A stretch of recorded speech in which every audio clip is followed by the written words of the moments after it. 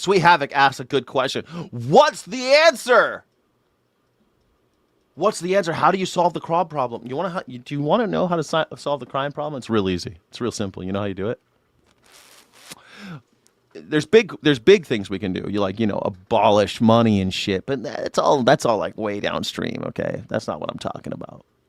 Real simply, you could create institutions where you can have people treated like human beings. So when they need help, for example, when they're down and out because their parents died, or they're down and out because they've lost their minds, or they're down and out because they've lost their jobs, they can go and get help and be treated like human beings. It's far cheaper than using cops to do anything. For example, when they went in through DC and they started cracking people's skulls open, the police did. They went in and just started cracking people's skulls because they were homeless and they wanted to keep them out of those tents so they could beautify Washington, DC. It cost them 4 times as much to do that than it would have to put all of them in apartments. It would have been cheaper to put all of those people living in tents in apartments for a year than it was to use the police force to beat them and move them and scurry them off and push them out of the city, put them in other parts. So now they're still homeless. They still got the same fucking problems. Now they're just someplace else. It's so simple, actually. It's painful. The other thing we can do is have not police, but people who are trained in social service go, and so you still have to have maybe some police with guns, but you don't need that many. Most of what they get calls for are things like domestic abuse, domestic violence, people losing their shit, people having bad days, stuff that they don't really need guns for. They could bring a gun if you want, but have them trained so that that's not really what they're doing. They're not taking them and putting them in the criminal justice system. They're taking them and they're helping them get back on track. It's that simple. Basically, it's real easy to keep people in order. It's not that hard.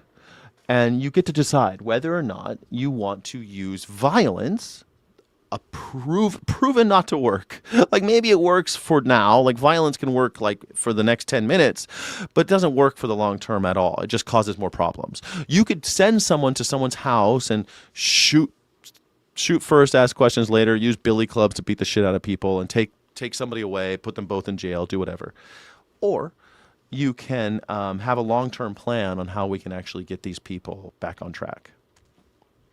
I mean, it just isn't that fucking difficult. And it's actually cheaper to use compassion than it is to use violence. I know it seems counterintuitive, but violence costs a lot of money. You gotta have a lot of people to do it. You gotta have a lot of beds to put people in, and you gotta control them and put them behind bars and have that violence. The violence acts there. You have injuries. People die. It's all very expensive. It just ain't that. It ain't that hard. The solution is basic human compassion and dignity. It ain't that difficult. Yeah, it ain't that hard. And I think you'd have to be stupid to think otherwise. Paul Costa, for example, clearly is willfully ignorant. Paul Costa he's so close-minded and small-minded, he won't ever broaden his horizons and see the rest of the picture. He won't ever zoom out because he's so indoctrinated to thinking good old, bald eagles and fucking the president has my back and the police are the good guys. But they're not. They're not the good guys. They're there to control you. They're there to keep you under control. They're the law. You're in order. That's law and order. They're the law. You better stay in order. Don't get out of line. And if you do, have a bad day. I mean, this is so basic shit. When people look at why people have these breakdowns at Walmart, or why people lose their shit on Uber drivers, or why people lose their minds at restaurants, or even people lose their minds on each other, on people they love, like husbands and wives, they fight. Why? They're broke. They are eating garbage because they can't afford or don't have the means to cook for themselves because they don't have hot plates, they don't have microwaves. So a lot of them, these people don't have the fucking means to actually cook for themselves. So they're ending up eating like chips or shit that they buy at 7-Eleven. And now they're malnourished. They're hungry. So now they're in bad mood. A lot of times they can't even clean themselves. So they're smelling bad. They're feeling bad. And what happens is then they're angry. And then somebody looks at them the wrong way. Someone disrespects them. They feel bad and they start losing their shit on subway cars, in schools. You see it all the time. Did you not have a kid in your school who wasn't eating right? Did you not have a kid in your school that wasn't eating and everyone knew? And that kid was not okay? You didn't have anybody like that in your school? Seems weird. You never had someone in your neighborhood that you knew wasn't eating right, that couldn't eat right?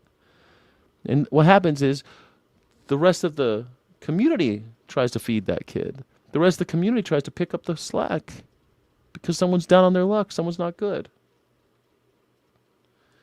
We have this all the time where people are not good. People aren't, it ain't working out for them. A kid could lose his mom and the dad goes off the rails. And now he's working and he can't deal with the kid because there's been a traumatic event. And now that kid's not eating right. The kid's not getting clean. He's just not okay. He's not getting the attention he needs. And your solution is let that kid grow up. And then if he doesn't adjust to the way we want him to act, kill him.